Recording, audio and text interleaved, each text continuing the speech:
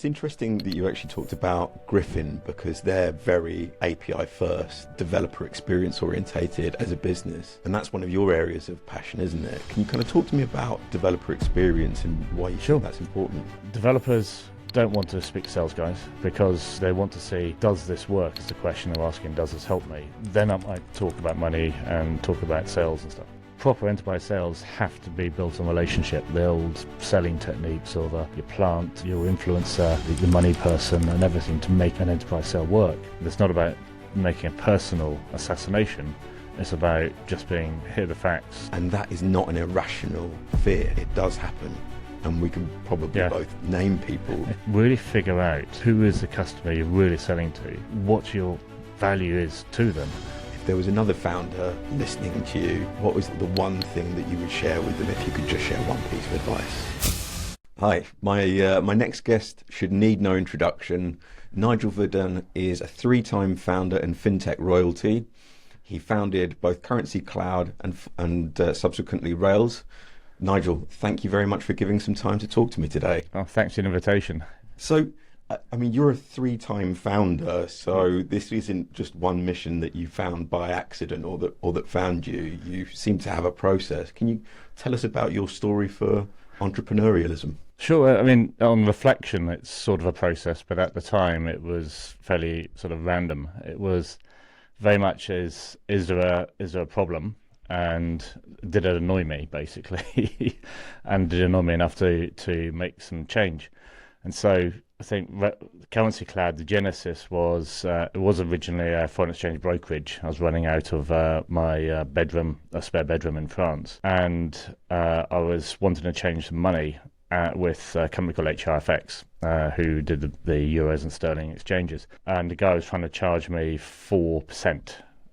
When I knew the institutional rates were about 0.01%. So had a bit of a discussion with them and got it right the way down. A guy called Steve Lemon, who subsequently worked for Currency Cloud as well. They got it down to the right, and then they sent me an email saying, can you fill in this PDF file, fax it back to us with the payment instructions. And that's to then walk into the village, which is about 35 minutes walk away, find a fax machine, which is luckily one of the local shops had one, and fax it over to them so they could actually send the money over to my account. So I thought there must be a better way, because I had been in Dresden Kleinwort beforehand, and one of the things I was responsible for was all the retail market making on the London Stock Exchange for the equities business.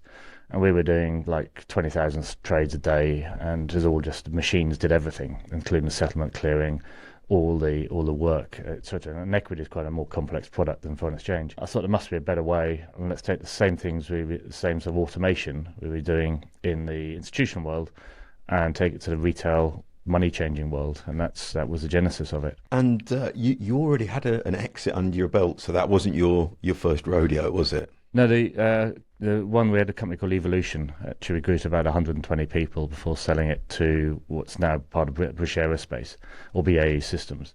And that was, I was working at Swiss Bank Corp, the other co-founders, 2 of them working at Goldman, and one was working at ABN AMRO.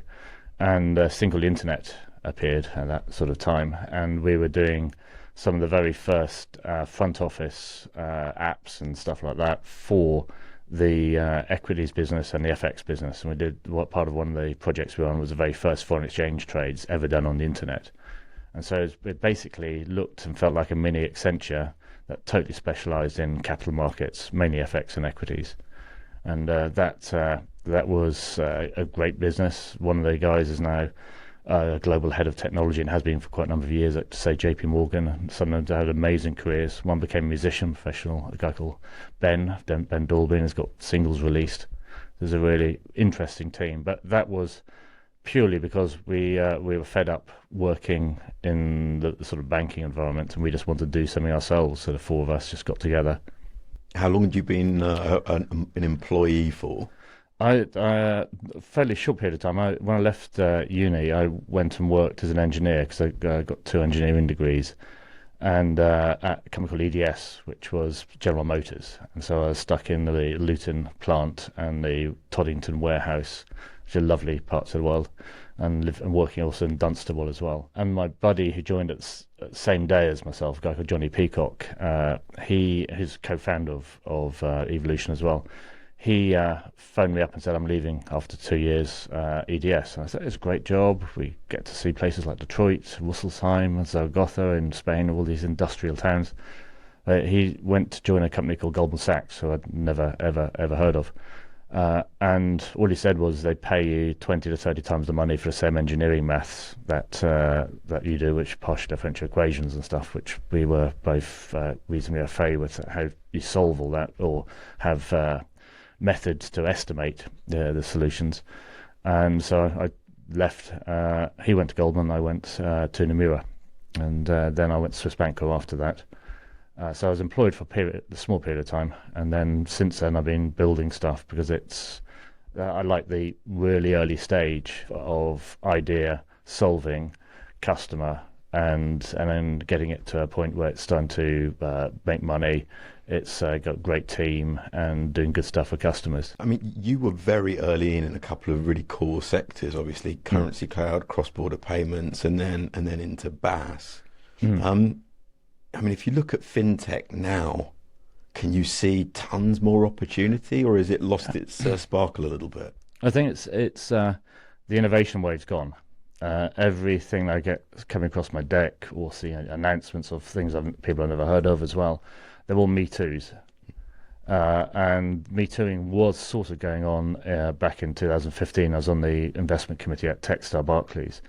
And I remember one day we had some like 20 neobanks all pitching us and stuff. And one of them was Revolut, which we turned down.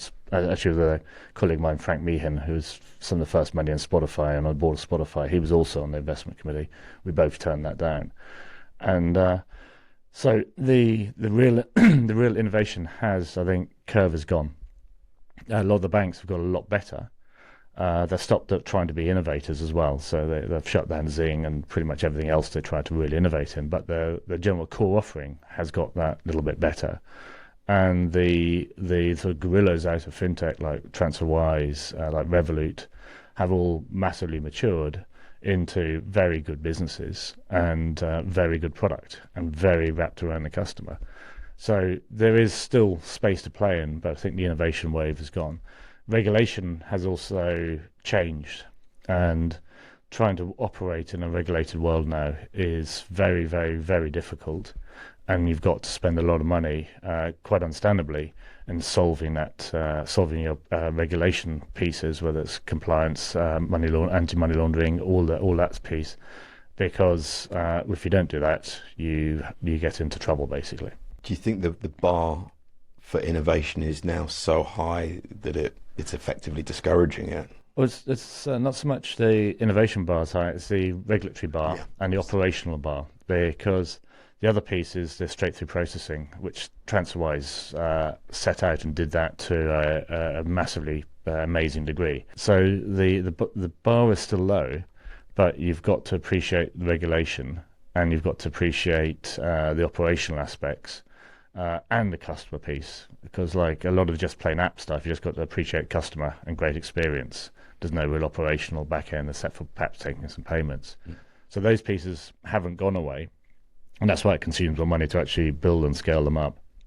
But the underlying banking infrastructure hasn't radically changed to be able to support this type of business. And you see in the US, all the community banks that were supporting all the fintech world are all on the sort of naughty step for various regulatory reasons, et cetera, because they sort of saw a market, went into it with very limited processes and operations or compliance, to be honest. And then they had people like Synapse and multiple others suddenly getting millions of customers when they're used to having a few 100,000. So the infrastructure there still isn't there to really support it at scale at the banking level. And that's starting to appear like Griffin in the UK. That's a great product. Clearbank has now really started to come of age. And so there is a platforms, but I think those platforms, especially if they've got banking licenses, slow everything down understandably and on purpose, because coming into regulated business, especially with the regulations gone, it's not a fast entry type of business like you can with what's called cat apps and stuff like that. Yeah, you can't raise 1 million and then get into fintech. Yes, yeah. It's interesting that you actually talked about Griffin, because they're very API first and developer experience orientated as a business. And that's one of your areas of passion, isn't it? Can you kind of talk to me about developer experience and what, why you think that's important? Well, it's you've got to understand your customer.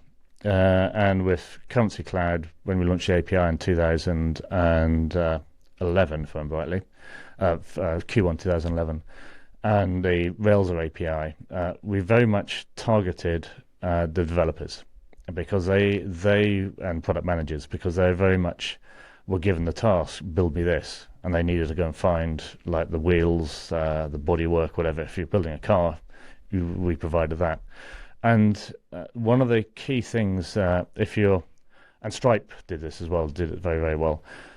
Developers don't want to speak to sales guys, number one. That's a true thing, because they want to see, does this work, is the question they're asking, does this help me? Then I might talk about money and talk about sales and stuff. So the way we cracked it, especially at Railsbank, was sign up, use our sandbox, and we had a sandbox which had a dummy money. So it's just like we just faked payments at the back end. And we also had a real money sandbox where you could open 6 accounts, real bank accounts, and send up to, I think it's 10 £1 payments. But it actually showed with real money, and you could send it to your bank account, hey, this actually works. So that journey of API docs, sandbox just to play around in and sort of test some of your code, real money sandbox, we didn't have to talk to him or pay anything, just used it under heavy restrictions, proved that this actually worked for you, and showed how fast you could write a neobanking code, not with all the front ends. And we used to call the intern the intern test. The interns were given 2 hours to write a neobank using our APIs, and so it just showed how quick and easy it was. Then a developer would then find funding to be able to actually sign up and go through all the compliance and everything else you have to go to actually get full access to the platform. So it was think how your customer thinks and wants, and the key questions they're asking when they're engaging with you, and the key problems they're trying to solve for. And that's a developer first. And it's like anything, if you've got sort of cat lover first, you really understand cat lovers, and so you can build a cat loving app. It's all about your customer and understanding, and not trying to, especially in the early stage, sell to everybody and things. You look at Stripe, very beginning, they sold just to developers. Now they seem to sell to anybody. If you said, their marketing's very much changed. It's a very different type of business. But in the very early days, they were super clear. We're for developers. If you're a developer, don't come and talk to us, because you've got to know how to say no, because otherwise you're just trying to boil the ocean and please the world, and that never works. Yeah, it's a theme that pretty much every entrepreneur I've ever spoken to has said, is if you're selling to everyone, you're selling to no one. Exactly. Yeah. You raised a brilliant point about developers not wanting to be sold to. They want to self-serve. But is that a phenomenon that you think is exclusive to just developers now, or is it a bigger thing? It's not just developers. There's different types of customer in your profile down. There's, even if you're, say, MailChimp, for example, there's lots of people who just want to get on and use it and don't want to talk to somebody, because the functionality is so easy to access. And so if you look at probably their sales pipes or the customer journeys and the funnels, you'll probably find tons of drop-offs anywhere that it says speak to somebody.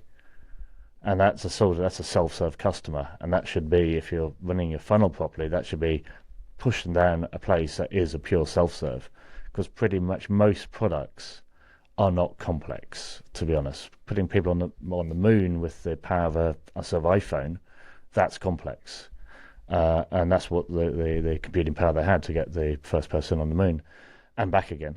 And so it's really deeply understand that if you want to just have, or call it enterprise sales, and talk to people, then be super clear you're not serving one or two man bands, one or two woman bands, whatever, because they're the self-serve. And the economics doesn't make sense to a salesperson. So it's super clear on what a salesperson actually does and who you're actually targeting, and making it super clear in your marketing, we're not for you, we're for this type of customer. It's not you, sorry, and be just brave about it, rather than trying to keep everybody happy, because you never keep everybody happy. You've got to be a bit Marmite with your customers, to be honest. I love this phrase, make yourself Marmite. You split the crowd, you might lose half of the room, but you know that the people that remain are going to be your best customers. You look at Trump's speeches and tweets, his genius asset, or whoever taught him to do it, his genius asset, he'll put a controversial tweet out. This is back at the last election, not the current one. And all these people would just say, I hate you, I hate you, I hate you on this. And others would go, I love you, I love you, I love you on it. And he's able to bifurcate. All the love yous didn't spend a single cent on trying to convince them to vote. And the other ones is trying to get down in, especially in the swing areas in the US, which it's like a tiny margin to actually win a US election. That's where he threw his money. And so using that sort of bifurcation is the same sort of thing on sales, is don't try and sell to everybody. Sell to the right people and put your messaging that attracts the right person, and then figure out why are the people trying to still not want to speak to a salesperson and telling you should give me free access to your API and play and stuff. Well, you're not our customer. I'm sorry, but there's plenty of other places you can go, but not for us, and be super clear on it. If you've got the same sort of thing, if you went down Savile Row and walked into there and tried to get an off-the-shelf suit, you'd probably be shown the door quite quickly, because it's the wrong type of customer for Savile Row. Go to Marks and Spencer's, and Marks and Spencer's are perfectly good suits, but it's a different customer. Be super clear on it.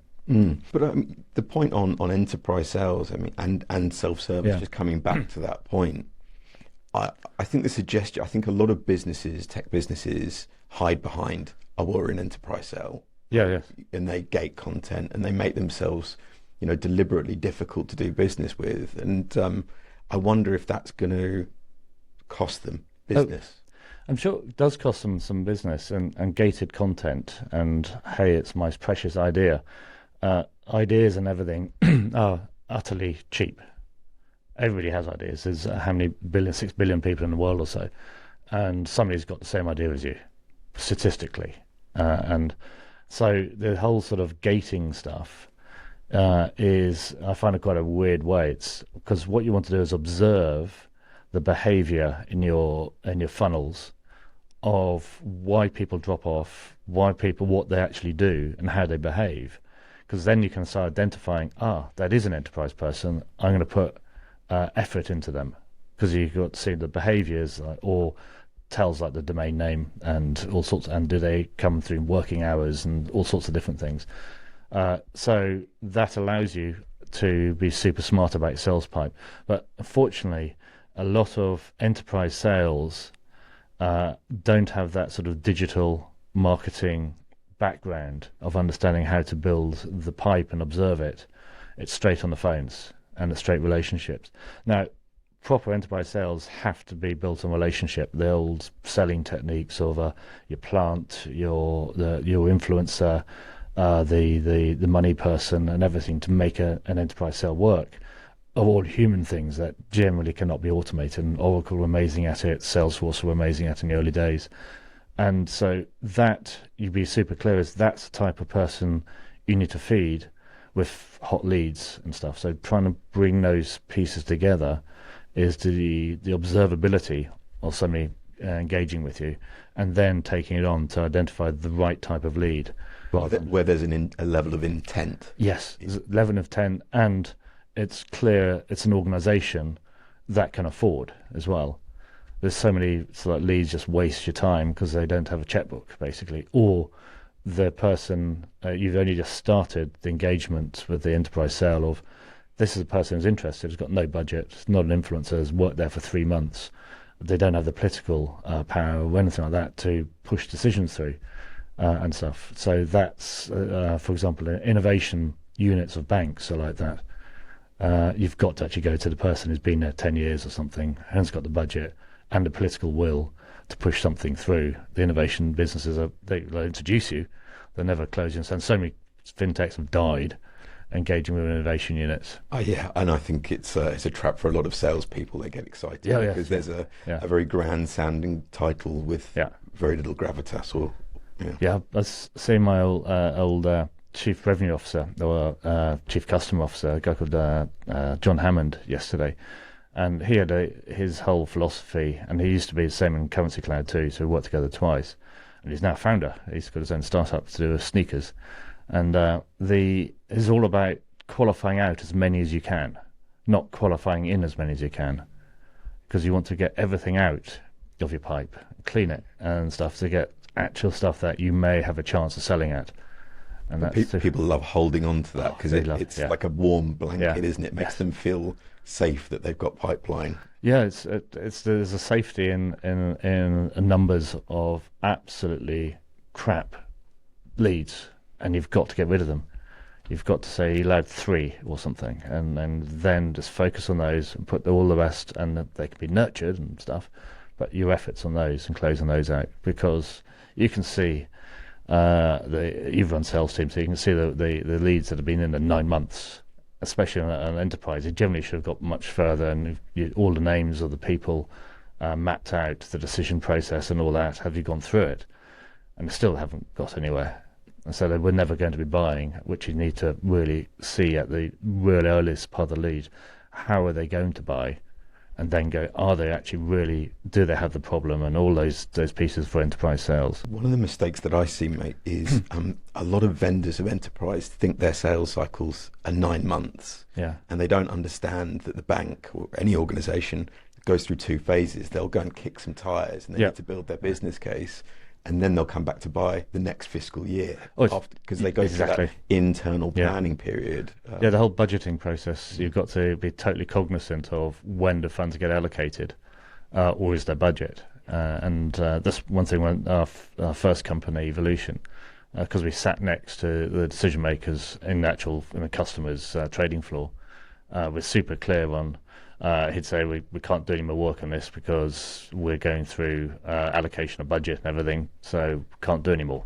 So okay, at least it's clear, because you can't push something that's not going to move. And as soon as the budget process is over, boom, you can then make a move and get money to do good work.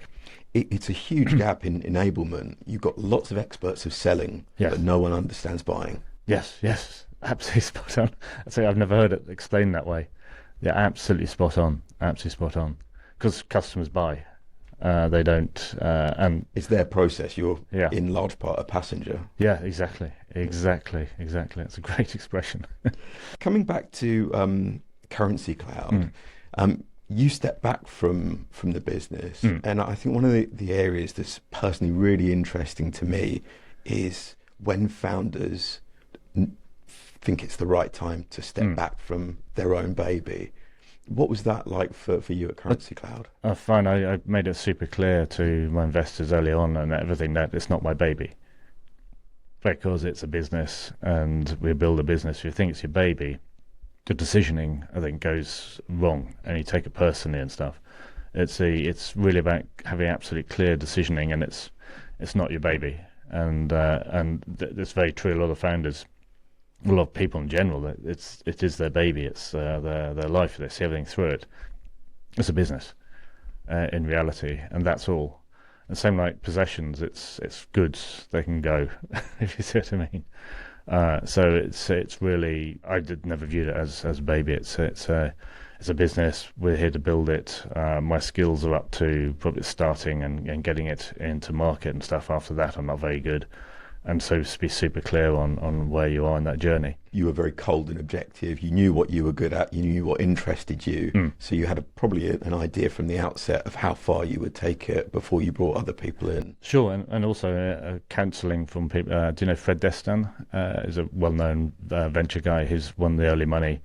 And then Sean Park from Antimus, the founder of Antimus, because we worked together at Dresdner Kleinwort as well together.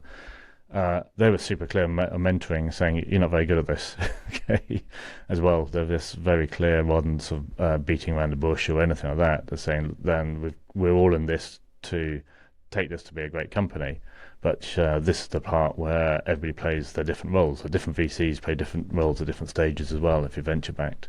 Mm-hmm. In terms of building an exec team, I mean, personally, one of the things that I've always found difficult, and I think actually when you're lower in an organisation, you look up at the C-suite and you picture a group of individuals that are in complete lockstep. And that's not always the case, because actually you've got professionals with very different profiles. A CFO and a chief sales officer talk and communicate and think in completely different ways. Yeah. How would you build an exec team that obviously has strengths in their relative areas, but don't tear each other to strips as soon as they sit down together? Just give everybody a North Star, all the good old OKR methods, which have tried and tested in Google since 6 people, Intel and others. So it's super clear. That's what you're aiming for, and then figure out how to get there. It's probably the simplest way to answer it, because everybody has a way of getting there. Finance guy has a way of getting there because they know the finance side, and don't try and tell them that's not the right way, because if you go up a mountain, for example, there is multiple routes. Some are dangerous, some aren't. Some are near on impossible, some are super easy. So it's just let people find their route and give them a clear North Star, and just try and get agreement on the North Star metrics of the company and how they contribute to it. And then I think the real task is then getting the execs to then motivate and explain that to their teams. So they're aligned as well. That's where a lot of the breakdowns, I think, come down. And I mean, you talked about knowing what your strengths are. How did you find that out? Because actually, a load of people don't know what their weaknesses are. Well, it's I've done sport and lots of things outdoors, professional sailor and stuff, and especially nature teaches you that you're human. And if you're standing up, say, in the Culins and it's a howling gale coming through and your trousers are just frozen solid, it's time to stop. Okay. And it's actually is on a peak called Inaccessible Peak. I was just trying to climb that, and it wasn't the right thing to do.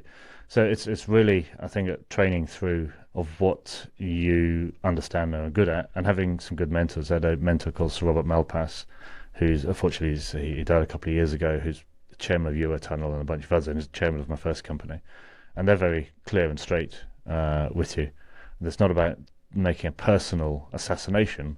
It's about just being, here are the facts, okay, and situational, look at the situation rather than the person. They're saying that's where your uber skills are, they're not here. And the same sort of thing if you look in, say, tennis world, Sampras had an amazing forehand and serve and quite an interesting backhand, but he wasn't hugely fast around the court, if you see what I mean. So he played a game that fitted his strengths and weaknesses and stuff. And the whole thing is, it's not such a weakness, it's just something there's a weakness if you're competing, because you then try and exploit that.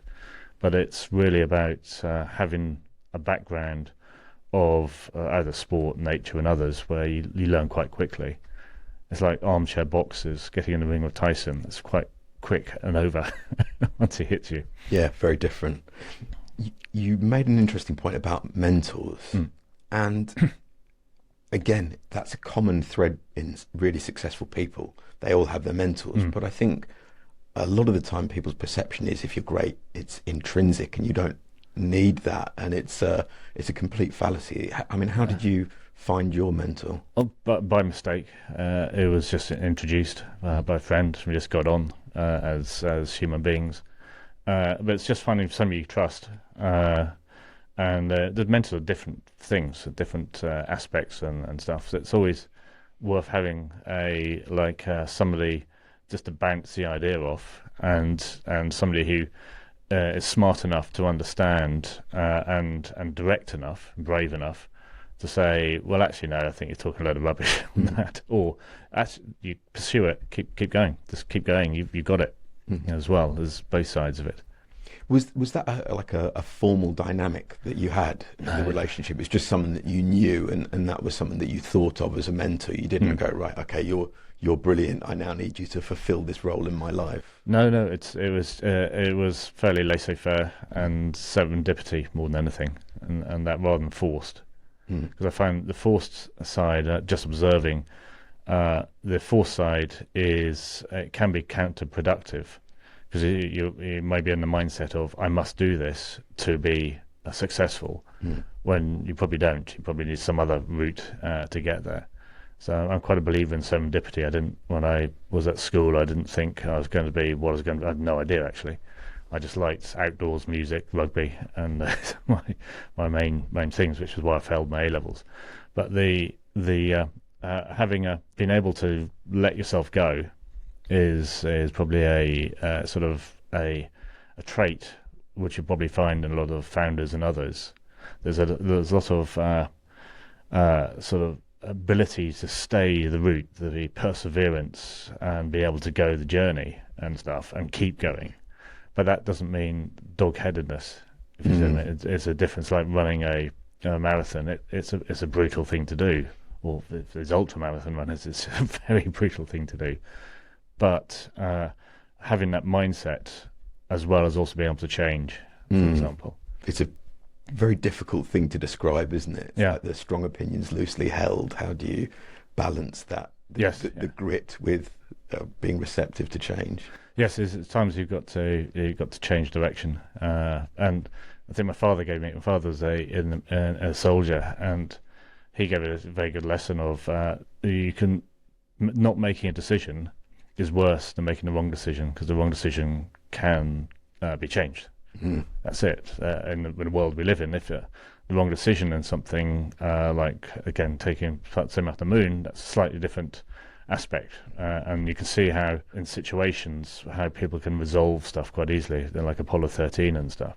So it's all about if the decision's wrong, admit it and change it. And it's not so much a wrong decision, it's not effective. That's it. So you've got to really think about how effective something is. Paralysis is more dangerous than making the wrong decision. But there's too many people, lots of big organizations get in sort of analysis paralysis and get nowhere, rather than just being brave and going and discovering. It's like opening the door. Okay, what's in there? Okay, it's a big, like, scary something. It's an institutional thing. It creeps in with processes over a period of time. Safety. People want safety and they keep the job. The ones who stick their necks out get fired. So it's why a lot of institutions. There's a friend who was the COO of BBC, said they call it the muffin layer in the BBC when he joined. This is years ago. And I think Greg Dyke's ambition was to get rid of the muffin layer, who were too frightened to do anything, but still got paid and stayed in their job, if you see what I mean. So there was no effectiveness, and it was easier to do nothing because you kept your job. Yeah, and it's an interesting subject, because one of my previous guests, Leda Cliptis, we talked about this, and particularly in banks, there is this fear. People have got a nice pension and they're worried that if they stick their neck out and innovate or do something different, they'll get fired. And that is not an irrational fear. It does happen. And we can probably both name people who that has happened to. So, yeah, you can see how it affects. There's a classic post on LinkedIn yesterday. I think it was a colleague. He now lives in Bali. He's a Danish entrepreneur. We're talking about the dialogue was Zing being shut down by HSBC. He was talking about engaging with compliance in neobank within another bank, and the compliance guys were just blocking everything because the excuse was, "Oh, you can go to jail if you do this." Well, yes, you can. Well, risk management is all about figuring out how not to go to jail. And in the early days in the capital markets, sort of like in the 90s when I worked there, the UK regulation was all about trying to do the right thing, and it set up. It wouldn't say here's the rule book. It's very much become rule book done at the moment, and so the mental approach of do the right thing, which may be wrong, and you may have made a mistake, and people make mistakes. But now it's just like, this is outside the rule book. I'm not going to do it. It's too much dangerous, and I won't take that risk because I could lose my job. It's easier to say no, and it's just sticks things from happening. Hence, TransferWise didn't know about no, neither did Revolut, and so I remember both of them when they were like 2 or 3 people, and they're paid to go because they understand the risk and they manage it, and they say it's okay to have this risk. As otherwise people don't climb Everest, for example. It's quite a risky thing to go up there. I've never been up there, but it's quite a risky thing to go up there, or anything. We live in a world of risk. If we didn't, we'd just be sitting here and just hoping something would fall on the roof, that type of thing. The wonderful thing about that is that culturally we don't face into that reality. That innovation and risk are tied to each other. Yes, you completely. pull on one and the other one goes the other way. So if you ask the bank, do you want to innovate? Yes. Do you want risk? No. Yeah. No, you're gonna have to. Yeah. If you want to innovate, you're gonna have to accept a degree of risk, and we don't talk about that. No, there is, and there's risk management. If you capital market, everything, banking is risk management. It's a curve-based business, because you got your loan book, which will have defaults on it and non-performing loans and stuff, and you manage that risk. Your trading books, asset liability sort of matching, and that ALM, asset liability management, is all risk management. So you work in a world of risk the whole time. But some of the sense of that risk disappears in some of the decision making. Like you say, to innovate, it's just another risk. Just need to now to manage, quantify, and report on it, so you're super clear on it, and find people who can work like that. And because of the explosion of compliance since the credit crunch, primarily, and also understandably because the banks were punting all the consumer money, and badly, and stuff. The thinkers in compliance and the risk guys have very much disappeared from the mix, and it's a rulebook type environment, or tick boxing as a lot. So there's a real innovation that could be done in compliance, because it's a total necessary function in organisations. But the way the regulator looks at it, and others in different countries, and I won't call any of them out, but it's become very much tick box. Your defence is, I tick the box, and so okay, that's fine. I won't go to jail because I tick the box, rather than doing the right thing. And sometimes you make mistakes, and knowing why that mistake was made. It's a different philosophy and approach. Of course, there was a wonderful case, I think 18 months ago, when Bunk challenged the Dutch regulator on. I missed that totally. And they won. Okay.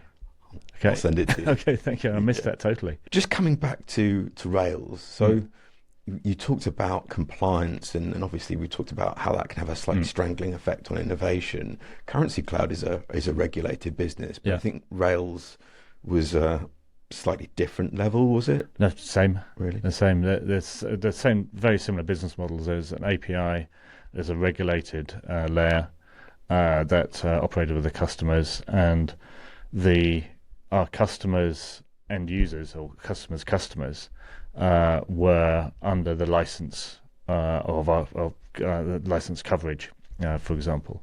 Currency Cloud sometimes did that model as the agency model.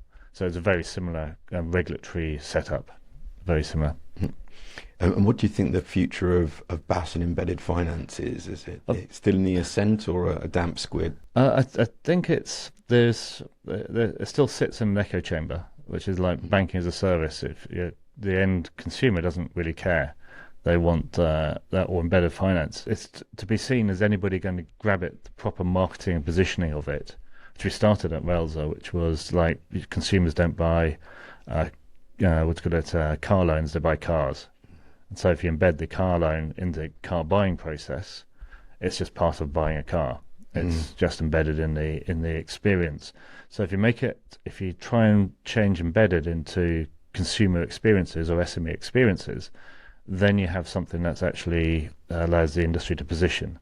Fortunately, it's got back into the echo chamber of BaaS, embedded finance, and the industry talking to the industry.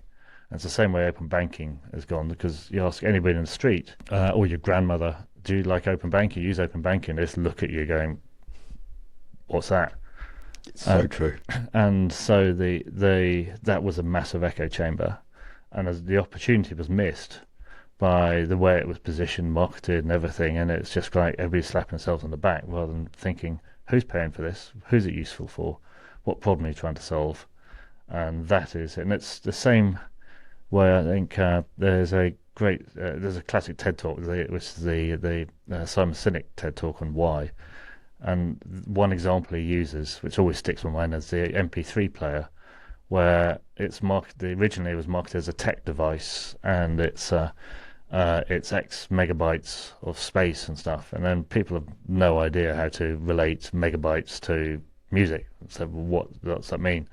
And Steve Jobs is a genius on it's your music collection in your pocket. People understand the quantum of music, so I can have my whole music collection in my pocket. Yes, you can. And that's where we are, I think, with BaaS, embedded finance, open banking. They need a bit more Steve Jobs. It's such a shame, actually, because, I mean, with embedded finance, when I've talked to people, I've said, what do you mean? It could be buy now, pay later is embedded finance, or it could be to businesses, or as you said, it's cars. And the business, these providers are creating a website with embedded finance and optimizing all of their content for Google with embedded finance, assuming falsely that their customers are going to be searching for embedded finance, but they're not. They're searching for the customer journey they're working on.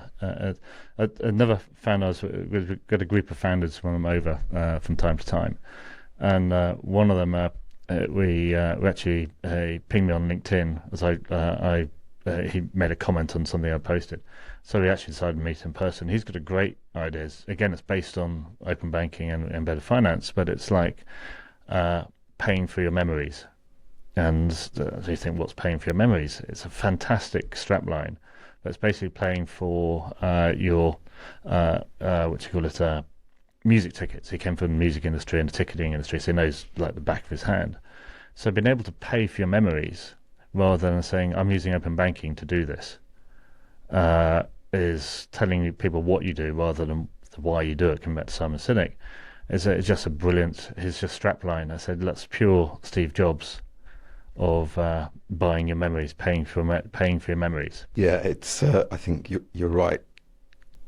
Clearly communicating what we do is still a problem that FinTech massively struggles with. Lots of founders, especially FinTech, blockchain.